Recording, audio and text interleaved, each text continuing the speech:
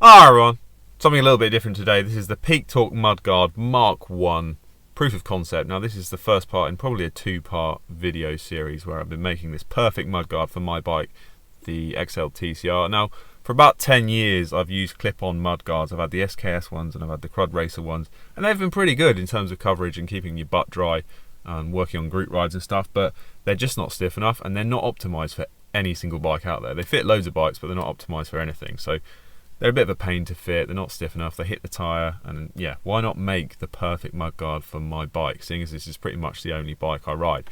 Now I've imported the bike into CAD, I've been working on this in these sort of the dark evenings and stuff over the Christmas period where I've just been too wet and cold to ride, and this is what I've come up with as a first proof of concept. Now it looks pretty phallic looking at the moment, I'll give you that, well done, but there's a reason for that and we'll come to that in a sec. But aesthetically I wanted this skirt of the mudguard on there to give it a nice transition to hide the tyre completely and just be in line with the top of the rim.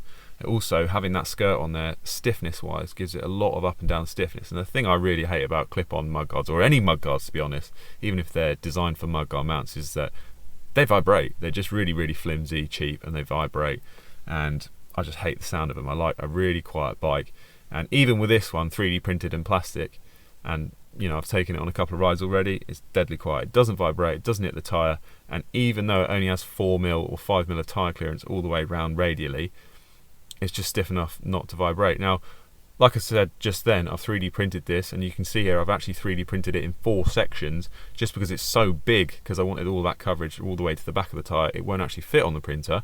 That's not so bad, because printing things in sections is actually good practice, because you know, 3D printers aren't perfect. Sometimes you get little layer shifts, little faults in the print, can run out of material, or you can have it detached from the bed maybe prematurely. So printing it in 4 sections is a bit more forgiving. You don't waste a load of printing time, like 24 hours of printing time, if one little thing goes wrong on a massive print. So I've glued it together with epoxy. I don't expect the epoxy to fail. The epoxy to the plastic is really strong. I expect this 3D printed one to fail between the layers actually. It's not ideal printing it in this orientation. As you can see, I've printed each part stood up basically to fit it on the printer and not have loads of support material. The problem with doing that is most of the loading, which is vibrational, the first vibrational mode of this in the up and down direction, will be across the layers. Now FDM printed, or fused deposition modelling printing, is not very nice across the layers. It's a bit like carbon in that respect. It's anisotropic, so it's very weak when you try and bend it across the layers. It will split because the layers are not perfectly fused together. I could have printed it lying down, but that would have used so much support material and so much plastic and waste plastic. I didn't want to do that, and it would have looked really ugly as well. So this is a proof of concept, and part 2 of the video will be based on putting this with carbon fibre to make a single skin, much stiffer carbon fibre one, which is much lighter. Now as this is about 250 grams, which considering how big it is pretty good. And I got the weight down by using really thin walls at the end. The wall thickness of this whole thing is tapered, so at the root section, the first section, or section A as I call it, I think the wall thickness is 1.2 with a 25% honeycomb, and at the end it's 0.8 with I think only a 5% honeycomb. So at the end it's super light, but there's basically no bending moment on the end bit, and you want that as light as possible to mitigate any vibrations or reduce any vibrational modes. But just testing this plastic one out as proof of concept for the mounting. Obviously this mounting is scalloped perfectly to my chainstays and the angle, because I measured that and imported everything into CAD. And you can see here that I've actually mounted it with zip ties and these little rubber feet.